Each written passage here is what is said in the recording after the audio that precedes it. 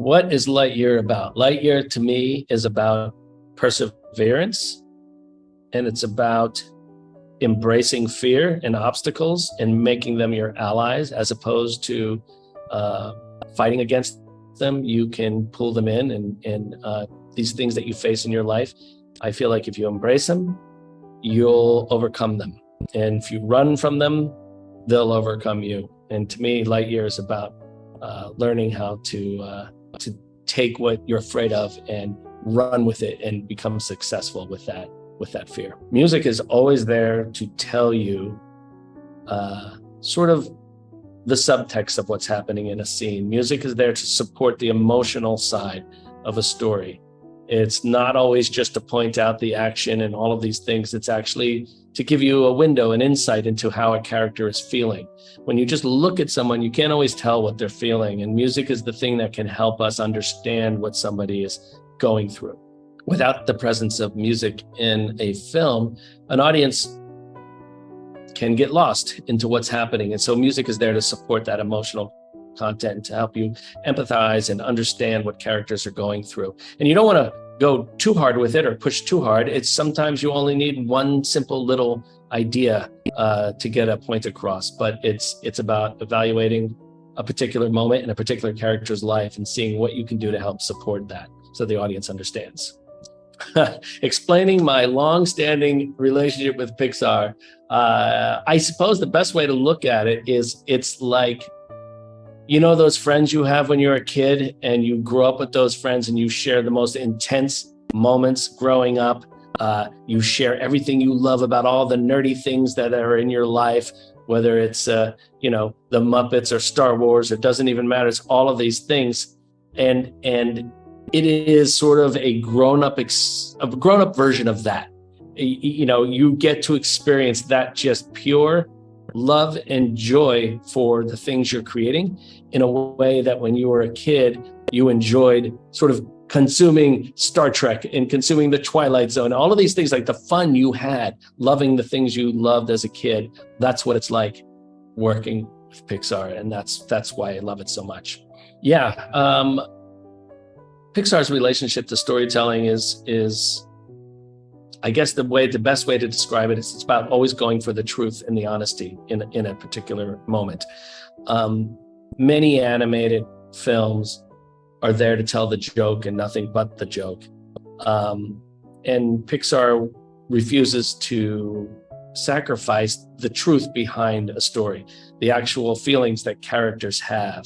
They're not afraid to be bold enough to say, no, this character is incredibly sad right now. This character is going through a tough situation. And the reason that I feel they're so successful is because people can identify with those ideas. People identify when somebody is sad, somebody they know is sad, or somebody in front of them is going through a tough situation. And I think Pixar is one of the much braver companies in the world that is able to put that out there and say, no, it's okay to be all of those things. And we're going to present it to you as it is in your own life, but through this crazy, fantastic lens of what we do at Pixar through animation and sound and music and all of these things, but not forgetting what it's really about is their genius. And that's I truly believe that. I would describe the Lightyear score as a complete love letter to all the movies I loved growing up. All of the sci-fi adventure movies, all of the action movies that I just ate up as a kid and still eat up today. It was everything I do is born out of that love and fascination and inspiration I got from watching all those films as a kid. And Lightyear is no different. Lightyear is basically a love letter back to all of them, saying thank you for inspiring me. And hopefully what we do here with this film will inspire the next generation of kids that'll grow up and go out and make things that inspired in a way that inspired them when they were kids. One of the things that was always fun to do is to establish a very solid theme for a character or a film. And all the movies I watched growing up had that, and they were scored by people like Bernard Herrmann or John Williams or Jerry Goldsmith and many, many others. They all developed these themes and this music that became a character in the film itself. And I was drawn to that immensely growing up. So for me, I wanted to do the same for this movie, was to create themes for Buzz and for Zurg and for Izzy, and have them be characters themselves in the movie that could help tell what the characters are doing, what they're thinking, what they're feeling. All my favorite movies you can relive in your head by just listening to the score. So the goal for me was to kind of deliver something that if you listen to, you could relive that movie, you could hear that story in your head without even seeing the pictures. That to me was the goal on this, because that's what I loved as a kid.